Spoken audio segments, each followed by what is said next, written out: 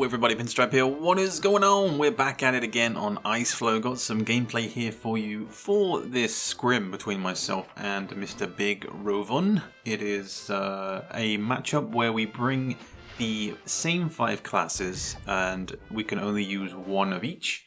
And the order is solely up to our own choosing. So it's basically taking the moment out and utilizing every other class that is available, which is refreshing when you come to a map like Iceflow because there are just so many different things that you can do. But the main thing that I want to talk about in this video, as the gameplay goes on, is that idea of distance. Distance is such a huge part of Hogs of War. The distance between you and your enemy can be a big advantage when applied in the right way. As a defensive player, as I have touched on in previous videos, you know, I enjoy being far away from my opponent as much as possible. So you'll notice in this gameplay that there are a few moments, quite a few, I guess, examples of me keeping my distance from Mr. Big Rovon and ensuring that my pigs don't attack when I don't really need to. Especially when it can get me into a situation where I have pigs that are close together, because that then plays into my opponent taking that advantage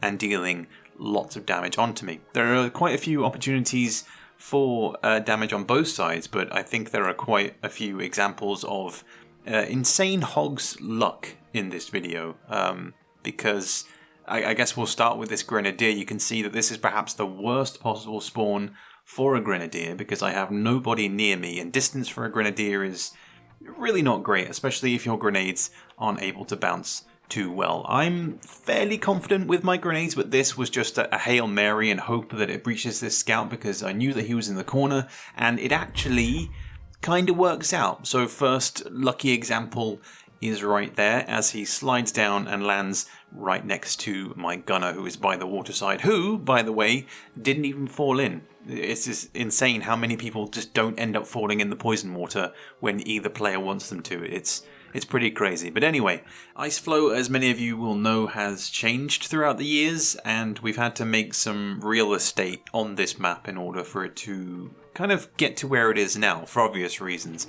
I mean, for those of you that haven't played this version of Iceflow, it is not the same as the default one. If you look at the minimap, you'll notice that we are missing some minefields on the high ground, but that is deliberate because it creates more space up there. The high ground is such a vast expanse that if you're playing the default Iceflow, it just becomes a death trap, which is great for casual play, but for competitive, you need a little bit more wiggle room. And previously it would become sort of the standard approach where anyone that was on the high ground spawn-wise was immediately in the vicinity of a minefield and therefore could be damaged within the first turn and even get a first turn kill, which was obviously a big no-no. So removing those minefields, creating that space and creating and adding more spawns up there, I feel has improved things in the long run and generally has changed my feelings towards Iceflow in competitive play. In casual play, I still love it, but in competitive, it is slowly becoming one of my favorite maps just because it has that combination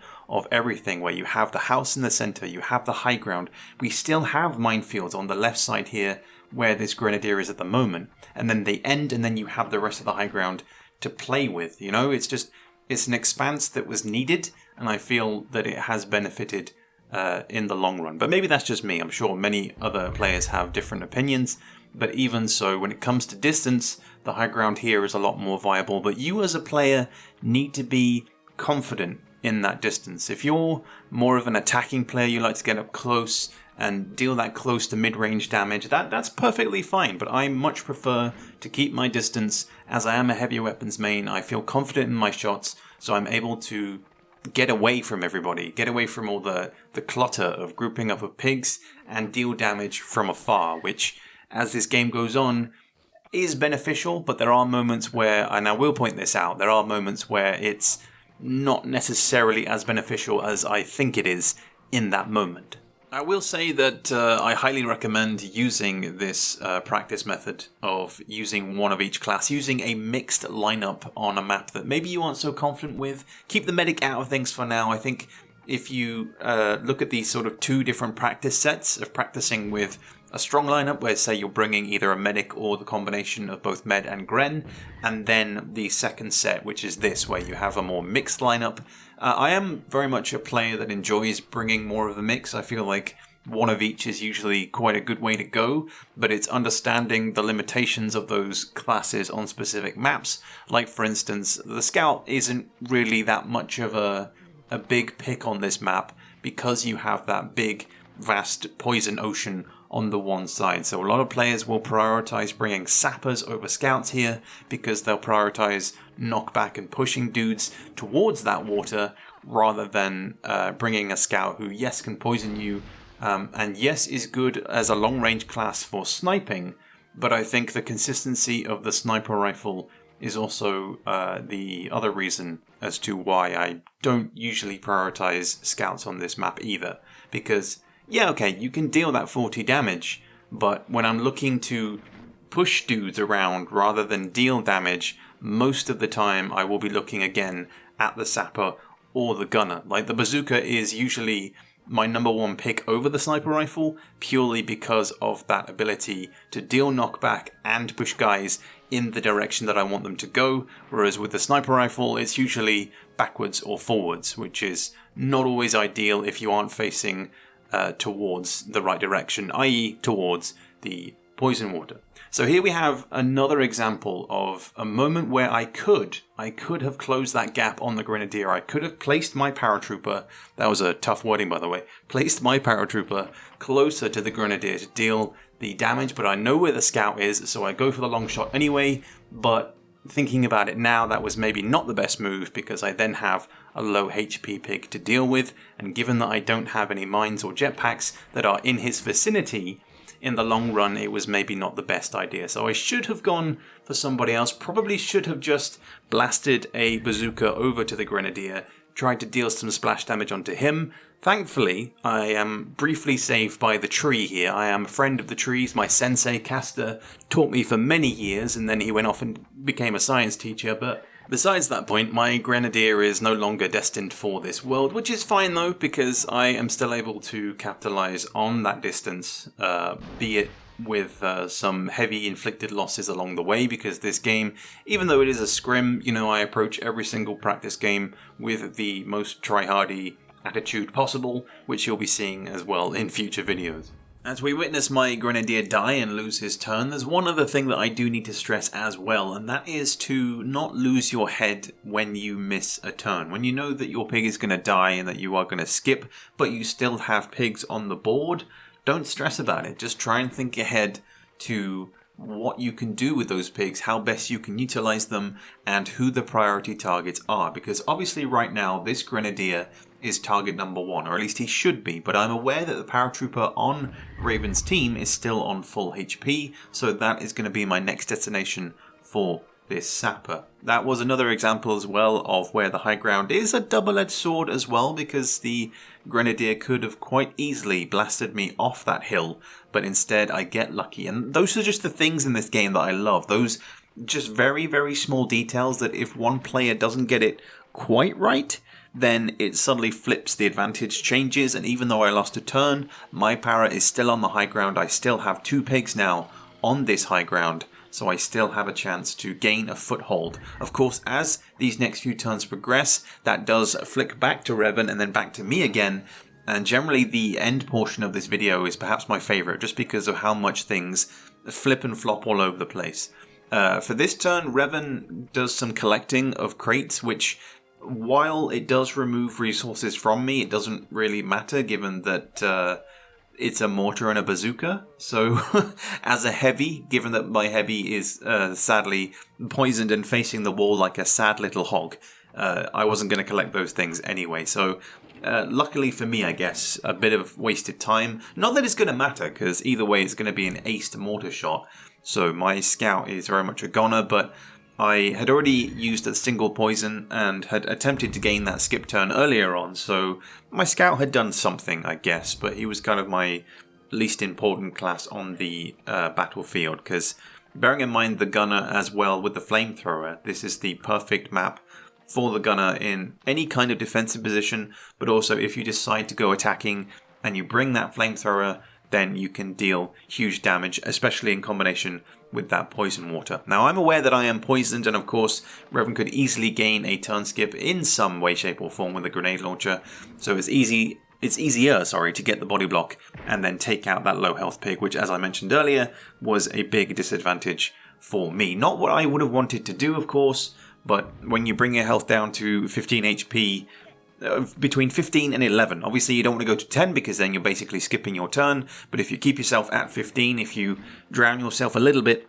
lose that health, then you take away that advantage that your opponent could have in gaining the skip for themselves. Now, throughout this game, Revan, throughout the games, I guess, the scrims that we played, Revan does enjoy this water trick where you you start your shot with whatever power weapon and then you cancel it by falling into the water, but he decides to go all out, gains the high explosive grenade, and it does pay off because the high ground shot here is...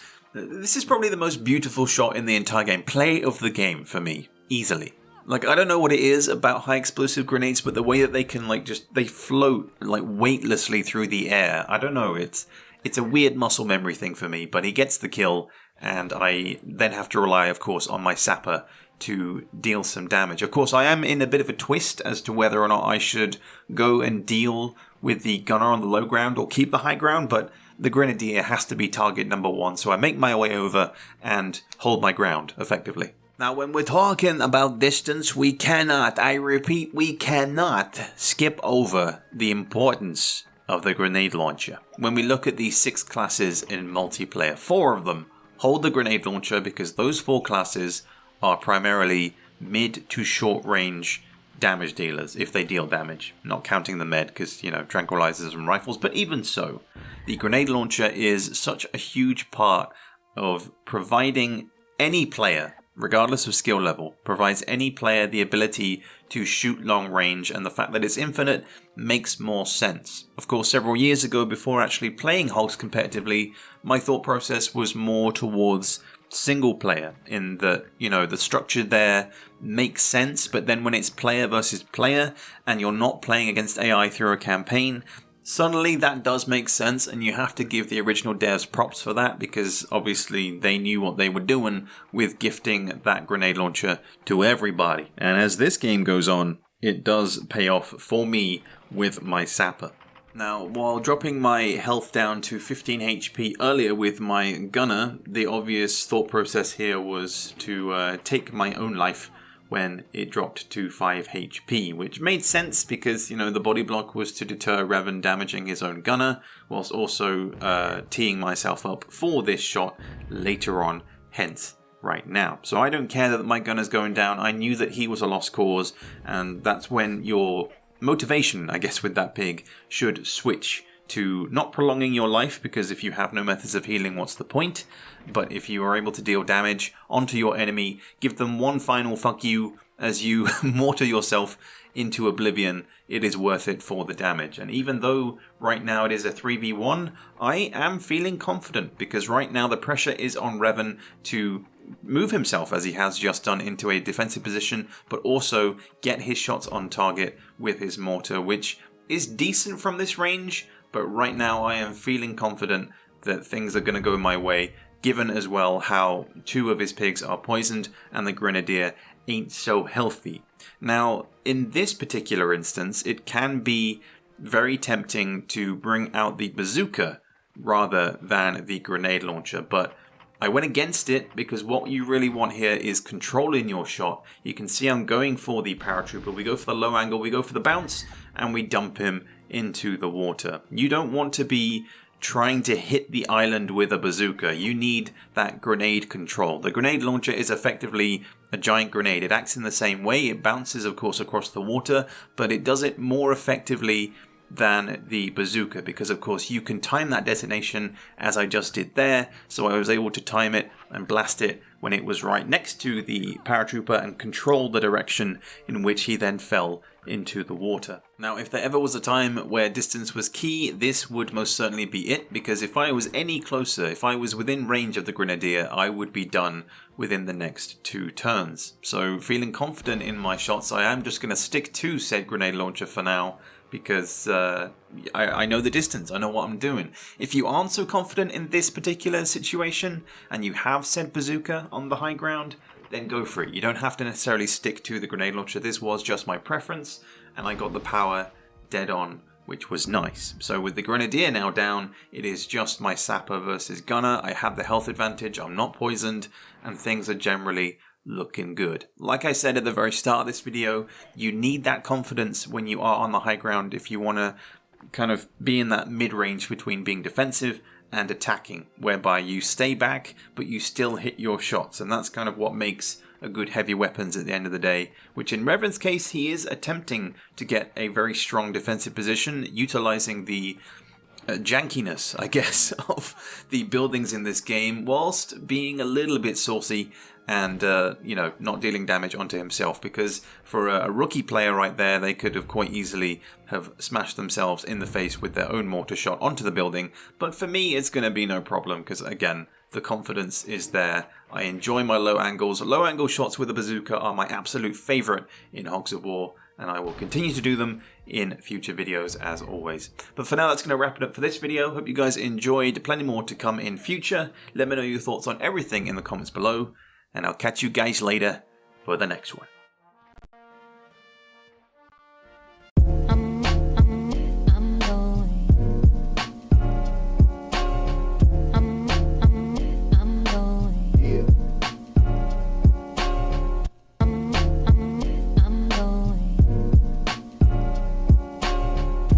Destination going.